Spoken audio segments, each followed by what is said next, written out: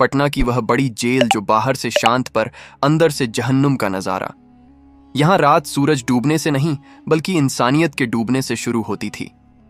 वर्दी के पीछे छिपे दरिंदे हर रात आते, जो चाहते वो करते, और कैदी औरतें वो डर के मारे जुबान नहीं खोलती थीं। उन्हें पता था अगर कुछ बोला तो जिंदगी नर्क बन जाएगी। लेकिन उस अंधेरी दीवार को चीरने के लिए एक तूफान आ चुका था। नाम था आईपीएस आयशा कुरैशी, एक निडर बेबाक अफसर जिसने सिस्टम के हर जुल्म को जड़ से उखाड़ने की कसम खाई थी। उसने कहा कि अब यह सब बर्दाश्त नहीं होगा। उन्होंने एक फैसला लिया, एक ऐसा फैसला जो उनकी जिंदगी को हमेशा के लिए बदल सकता था। आयशा ने अपनी आईपीएस की वर्दी उतारी और एक बेबस कैदी का भेष धारण किया। मिशन साफ था, जेल के अंदर हो रहे अन्याय कोंगे हाथों पकड़ना। पहली ही रात जेल के बड़े शैतान अंदर आए और उनकी सीधी नजर आयशा पर पड़ी। अब सवाल यह है, क्या एक आईपीएस अफसर भी बाकी कैदियों की तरह उन दरिंदों के हाथों बर्बाद हो जाएगी? क्या वह खौफनाक रात उसका आखिरी मिशन साबित होगा, या फिर आईपीएस आयशा कुरैशी उन सारे भेड़ियों को उनके ही बिल में घुसकर पकड़ेगी? यह जानने के लिए वीडियो को अंत तक जरूर देखें। दोस्तों, बिहार का एक शहर पटना, जो बाहर से जितना अच्छा दिखता है, अंदर से उतना ही अंधेरों और भयानक सच्चाइयों से भरा हुआ है। कहा जाता है कि यह शहर कभी नहीं सोता। इसी शहर में एक निडर और सख्त मिजाज police officer IPS Ayesha Qureshi तैनात थी। आयशा बाहर से शांत और सुलझी हुई नजर आती थी, लेकिन अंदर से वह फौलाद की तरह सख्त इंसाफ के लिए बेरहम और उसूलों पर कायम खातून थी। पटना के बड़े से बड़े मुजरिम का हाल यह था कि उनका नाम सुनते ही थरथराने लगते। मशहूर था कि अगर कोई मुजरिम कसूरवार ना भी हो तो सिर्फ आयशा कुरैशी के खौफ से अपने गुनाह कबूल कर लेता था।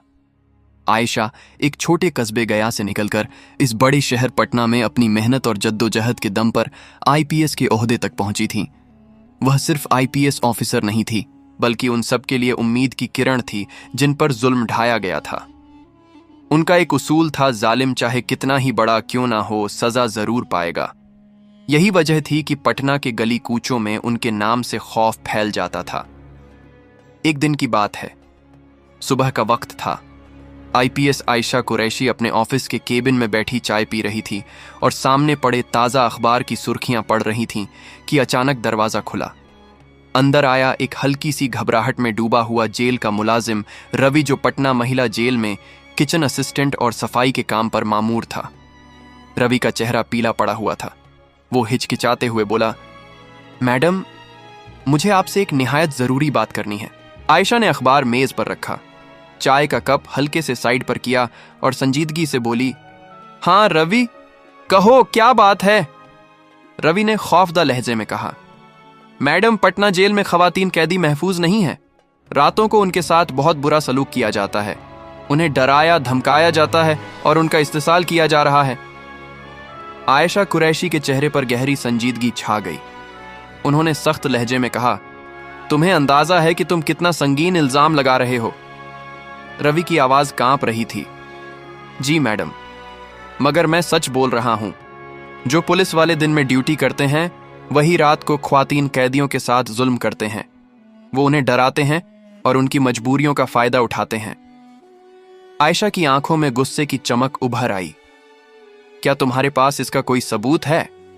रवि ने गहरी सांस ली और बोला, मैडम, मैंने सब कुछ अपनी आंखों से देखा है, लेकिन मेरे पास ना सबूत जमा करने का इख्तियार है ना हिम्मत। अगर मैं आवाज उठाता तो शायद आज जिंदा ना होता। इसीलिए मैं आपके पास आया हूं, क्योंकि मुझे आप पर भरोसा है। आयशा लम्हा भर के लिए खामोश हो गई।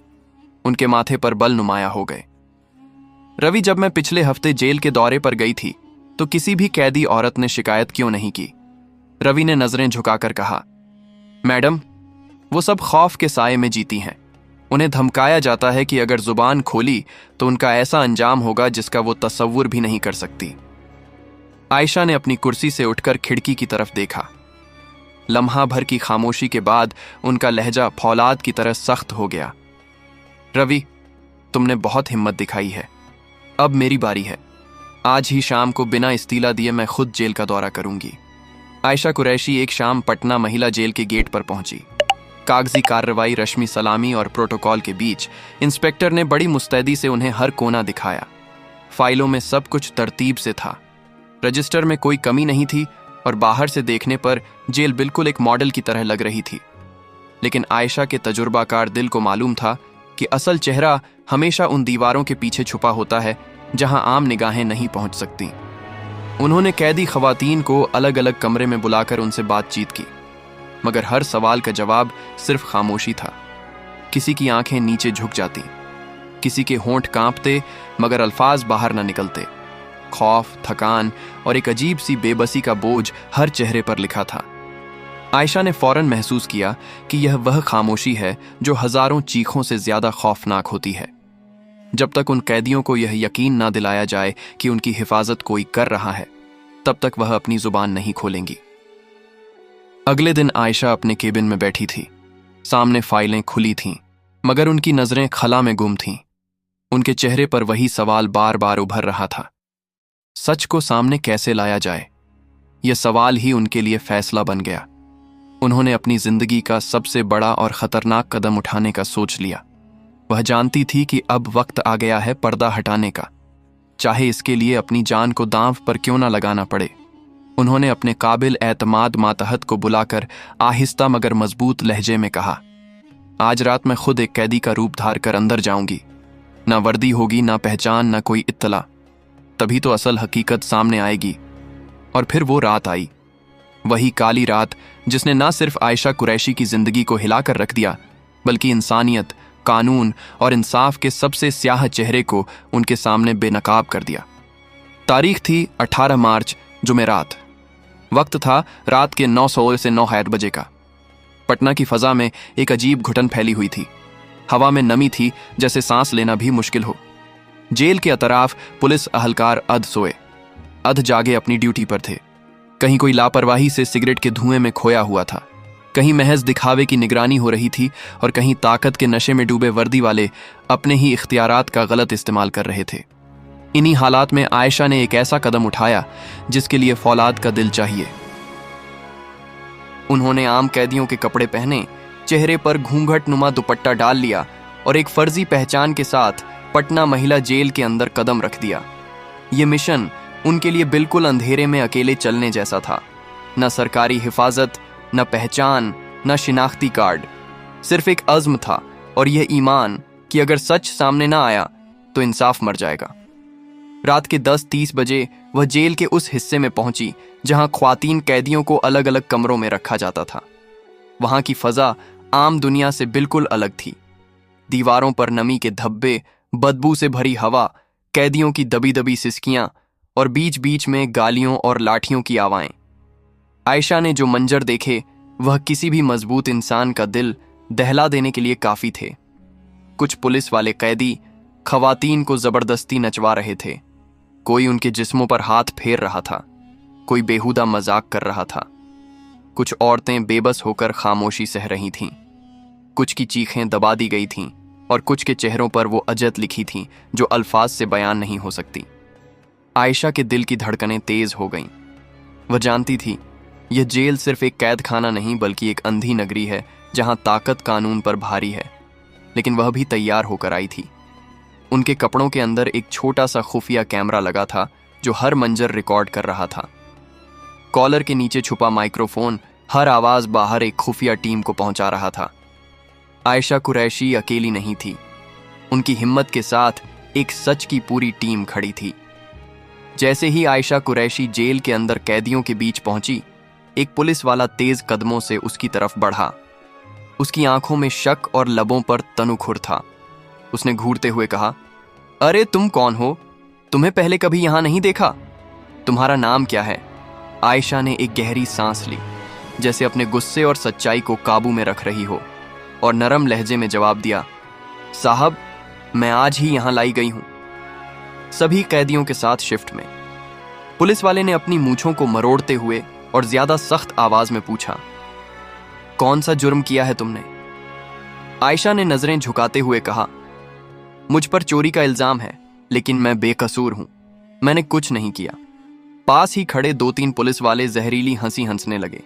एक ने तंज कसते हुए कहा, हाँ हाँ हाँ, हर कैदी यही रट लगाता है। सच तो कभी कोई बोलता ही नहीं। नाम क्या बताया तुमने? आयशा ने अपनी आवाज को नरम रखते हुए कहा, मेरा नाम फातिमा है। एक पुलिस वाला अहंकार भरते हुए बोला।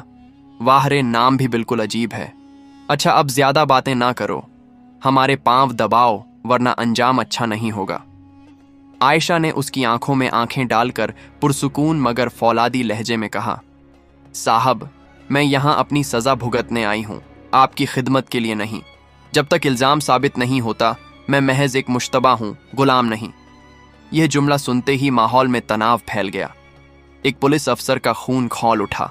वो गुस्से से चीखा, जुबान ज्यादा चलती है तेरी, जो कहा जाए वो कर, वरना ऐसी कोठरी में डाल दूंगा कि जिंदगी भर रोती रहेगी।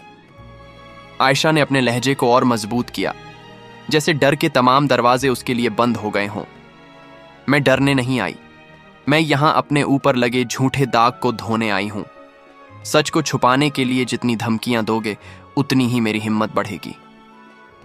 इतने में एक कमजोर और थकी हुई औरत कैदी चुपके से उसके पास आई। उसकी आंखों में आंसू और होठों पर लड़खड़ाहट थी। वो धीरे से बोली, बैठ जा बहन, इनसे कुछ ना कहे, जो कहे वैसा ही कर। ये लोग मारते हैं, जलील करते हैं। यहां सिर्फ एक उसूल है, जियो मगर खामोश रहो। आयशा ने उससे आहिस्तगी से पूछा, तूने कभी इनके खिलाफ आवाज क्यों नहीं उठाई? कैदी ने चारों तरफ खौफजदा नजरों से देखा और सरगोशी में कहा, यहां डर है। जिसने जुबान खोली उसे अकेले कमरे में बंद कर दिया गया और फिर रात को ऐसी बातों में झोंक दिया गया जिनका सोचकर भी रूह कांप जाए। उसी लम्हे एक पुलिस अफसर ने आगे बढ़कर आयशा का बाजू पकड़ा और सख्त लहजे में कहा, बस बहुत हो गया, अब तुझे ऐसे कमरे में ले चलता हूं जहां तेरा सारा गुरूर खाक में मिल जाएगा। आयशा जानती थी कि अब खेल असल तौर पर शुरू हो रहा है। वो खामोशी से उनके साथ चली गई। उन्हें एक तारीख कमरे में धकेल दिया गया जहां सिर्फ 2 पुलिस वाले और वो थीं। दरवाजा अंदर से बंद कर दिया गया। एक अफसर ने करत आवाज में कहा, अब बता तू असल में कौन है? इतना शोर क्यों मचाती है? आजकल की लड़कियां खुद को शेरनी समझने लगी हैं। दूसरे ने मकरूह हंसी हंसी, हाँ, हम जैसे पुलिस वाले दोस्त भी बन सकते हैं और ऐसे दुश्मन भी कि जिंदगी बर्बाद कर दें। आयशा ने पुरसुकून मगर एतमाद भरी निगाहों से उन दोनों की तरफ देखा और बोली, मैंने कुछ गलत नहीं कहा, मगर तुम दोनों मुझे यहां क्यों लाए हो? एक पुलिस अफसर ने करीब आकर धमकी दी, चुप रहो, आधे घंटे में तुम्हें तुम्हारी असल औकात बता देंगे। आयशा ने महसूस किया कि अब फैसला खुन लम्हा आ गया है। उन्होंने एक गहरी सांस ली और उनके अल्फाज कमरे में बिजली की कड़क की तरह गूंजे। सुन लो, मेरा नाम फातिमा नहीं है, मैं आईपीएस आयशा कुरैशी हूं और तुम दोनों जो कुछ कर रहे हो हर लम्हा रिकॉर्ड हो रहा है। बाहर पूरी टीम मेरी हर हरकत देख रही है। ये सुनते ही दोनों पुलिस वाले सख्त में आ गए। उनके चेहरे पर हवाइयां उड़ गईं। अभी जो गुरूर उनकी आवाज में था वह लम्हे भर में खौफ में बदल गया। आयशा कुरैशी का चेहरा सख्त और गंभीर था। उनकी आंखों में वह अज़्म झलक रहा था जिसे हिलाना आसान नहीं था। उन्होंने अचानक अपनी असली पहचान जाहिर कर दी। सवाल यह था, आयशा ने अपनी शिनाख्त इतनी जल्दी क्यों खोल दी? असल में वह जानती थी कि सामने खड़े यह दोनों पुलिस अहलकार अभी महज 2 माह पहले ही इस जेल में तैनात हुए हैं। अभी उनकी रूह पूरी तरह काला दाग नहीं बनी थी। अभी उनमें थोड़ी बहुत इंसानियत बाकी थी, मगर वह भी इस करप्ट निजदाम के शिकंजे में आकर धीरे धीरे अंदर से गलने लगे थे। आयशा ने उन्हें सीधी नजरों से देखा और धीरे मगर वजनी आवाज में सवाल किया, तुम दोनों का क्या नाम है? एक ने नजरें झुकाकर हिचकिचाते हुए कहा, मनोज। दूसरे ने भारी सांस लेते हुए बोला, मेरा नाम रमेश है। आयशा ने लम्हा भर तवक्कुफ किया, फिर संजीदा लहजे में पूछा, क्या तुम जानते हो तुम इस वक्त किससे बात कर रहे हो? दोनों दरोगा एक दूसरे को देखने लगे और एक साथ बोले, नहीं, और हमें इससे कोई फर्क भी नहीं पड़ता। यहाँ हर कोई झुकता है, तुम भी झुकोगी? बस थोड़ी देर में साहब आ रहे हैं, फिर तुम्हारी सारी अकड़ निकल जाएगी। इस जेल में कोई अफवाह नहीं है, सबको सीधा कर दिया जाता है। आयशा का चेहरा अब फौलाद बन चुका था, लेकिन उनकी आंखों में एक ऐसी रोशनी थी जो उनके अंदर के एतमाद को जाहिर कर रही थी। वो पूरी ताकत के साथ बोली, सुनो, मैं मामूली औरत नहीं हूँ, मैं पटना शहर की आईपीएस हूँ, आयशा कुरैशी। और ये बात मैंने तुम्हें इसीलिए बताई है क्योंकि अब तुम्हें मेरे साथ चलना होगा। ये मेरा जाति मिशन नहीं है, ये इंसानियत का मिशन है। मनोज और रमेश दोनों सख्त में आ गए। एक ने झुंझुलाहट में कहा, तो आईपीएस है तो क्या हुआ, हम भी तो पुलिस वाले हैं, हम कोई आम लोग नहीं। दूसरा हंसी उड़ाकर बोला, हाँ हाँ हाँ, अरे देख मनोज, ये तो बड़ी फिल्मी बातें कर रही है। अगर फिल्मों में होती तो अभी तक बड़ी हीरोइन बन चुकी होती। लेकिन आयशा कुरैशी जानती थी कि यह वक्त हंसने या डरने का नहीं है। उन्होंने अपनी आवाज को और बुलंद किया, लहजे में फौलाद भर लिया और कहा, बस तुम दोनों भूल रहे हो कि तुम किसके सामने खड़े हो। ये मेरा आखिरी इंतबाह है। अपनी हद में रहो, वरना याद रखो नौकरी तो खो ही दोगे। लेकिन इस जेल में इन्हीं औरतों के साथ खड़े मिले होंगे जिन्हें तुमने सताया है, और वो दिन तुम्हारा सबसे बुरा दिन होगा। यह अल्फाज बिजली की कड़क की तरह कमरे में गूंजे। दोनों दरोगा के चेहरे पर पहली बार खौफ के आसार नजर आए। उनके कदम डगमगाने लगे, सांसें भारी हो गईं। उन्हें एहसास हो गया कि सामने खड़ी यह औरत कोई कमजोर कैदी नहीं, बल्कि वह ताकत है जिसे दबाना नामुमकिन है। आयशा ने पूरे एतमाद के साथ अपनी जेब से एक शिनाख्ती पास निकाला। पास पर उनका नाम, ओहदा और पूरी सर्विस की तफसीलात दर्ज थी। जैसे ही मनोज और रमेश ने वह देखा, वह फौरन घुटने टेक कर उनके कदमों में गिर गए। दोनों एक साथ बोले, मैडम, हमें माफ कर दीजिए, हमने आपको पहचाना नहीं, हमसे भारी गलती हो गई। ऐसी शख्सियत हमने अपनी जिंदगी में कभी नहीं देखी। आयशा ने एक गहरी सांस ली और धीरे से कहा, मैं तुम्हें माफ कर सकती हूं, मगर एक शर्त पर तुम्हें सच का साथ देना होगा। अगर तुम मेरा साथ दोगे तो तुम बच सकते हो, वरना तुम भी इन्हीं दरिंदों की सफ में खड़े हो जाओगे जिन्हें मैं कभी नहीं छोड़ूंगी। मनोज और रमेश फौरन सर झुकाकर बोले, जी मैडम, हम आपके साथ हैं, आप जो कहेंगी हम वही करेंगे। आयशा ने उन दोनों की आंखों में झांका, जैसे परख रही हो कि यह झूठ तो नहीं बोल रहे। फिर धीरे से कहा, तो फिर सच बताओ। हर रात जब यह जेल अंधेरे में डूब जाती है, दरवाजे बंद हो जाते हैं, तो इन बेबस औरतों के साथ क्या होता है? कमरे में एक लम्हे को खामोशी छा गई। फिर दोनों ने भारी दिल से वह राज खोलना शुरू किया जिसने पूरे निजाम का भयानक चेहरा बेनकाब कर देना था। मनोज और रमेश एक दूसरे को देखते हुए चंद लम्हे खामोश खड़े रहे। उनके चेहरों पर खौफ और पसीने की मिली जुली लकीरें उभर रही थीं। फिर जैसे बंद लबों से झड़ टपका हो, उन्होंने एक एक करके वह सब कुछ उगल दिया जो आयशा ने सुनने की तवक्को भी नहीं की थी।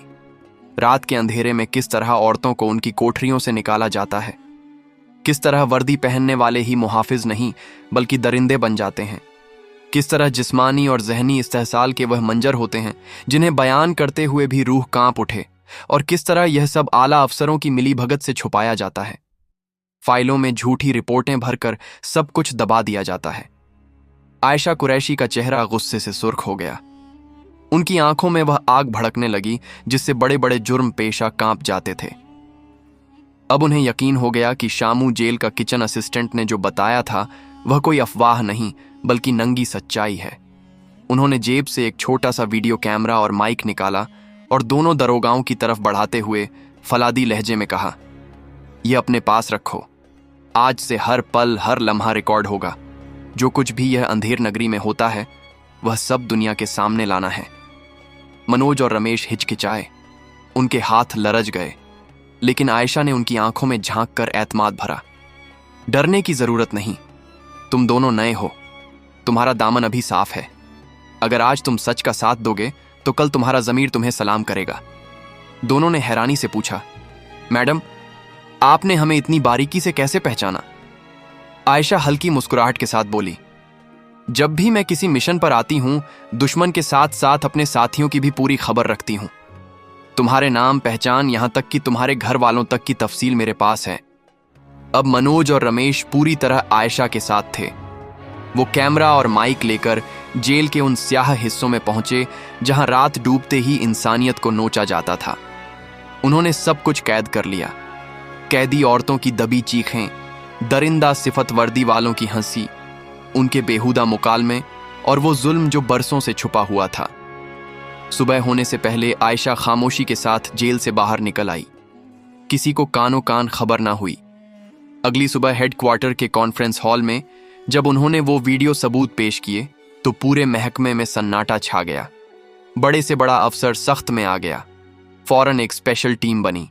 रात के अंधेरे में जुल्म करने वाले वर्दीपश उसी दिन नंगे हाथों पकड़े गए।